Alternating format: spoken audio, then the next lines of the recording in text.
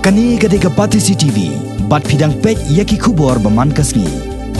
Ka Meghalaya Association of Kickboxing Organization harangkat kejinya terelang bat ka NECO lani ka Northeast Association of Kickboxing kan penlong ya kejinya kop ya kura hanong ba Shillong kapan salong ha ka pratrek bat kandai trek Hamadan Polo Shillong. Uba Donny Rani, Presiden ke Meghalaya Association of Kickboxing Organization, hakajinya keren berkilat patai kubor has Shillong Press Club. Ulai itu, bahagani kajinya kop yakura ke Baarsngi. On one yashimenta daki rang yakura na keleng kari khasi bat jaintia bat kuntup ru yaki rang yakura na kejala Assam bat na kejala Manipur ban yakni yakanam ladu hagani ke Lumpung. Kalau ikut ban organize apa Shillong agak proud kena cari. Jadi kan North East ni kejumut kalau ingin penjajan sesuatu di North East States betul tak. Jadi kau ingin develop sesuatu dengan begini.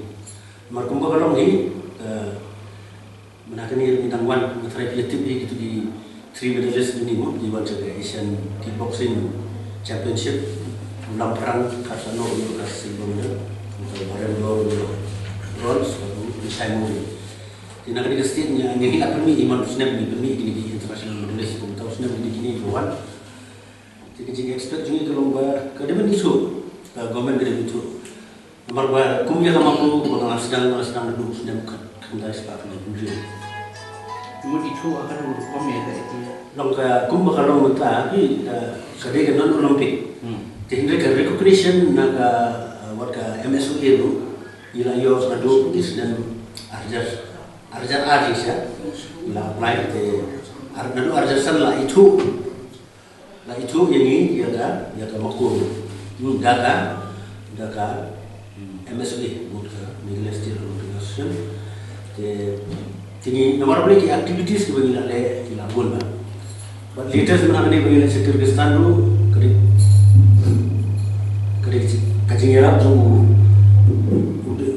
tu governor ini kena Kyrgyzstan mana ni dekat Asian Kickboxing Championship ke apa governor Saulak buat nilai berpartisipasi kemungkinan itu dong governor jadi hal tu masih nama ada Saulak perlu yang mereka state level ada kerja yang juga jadi sesuatu nilai ini apa orang minister tu kunci ni maksudnya jadi perlu yang mereka ini benar ke disebut di sini itu nak lihat government dulu. Jadi ini kita di bawah ni kuat bahawa kali kickboxing tu kalau popular seperti wala kadang day dengan Olympic till now. Jadi dari siapa ni nak try lah. Yo perlu yang Olympic game kita apa kiri Europe. Makanya background juga kickboxing kami di European countries. Sekarang club akan cenderung ada Olympic disiplin. Jadi nak terdapat persiapan bela kini diperlu kelewan kenang bagi kuat support kenang bagi lah ban perlu ke demonstration game dalam bela ada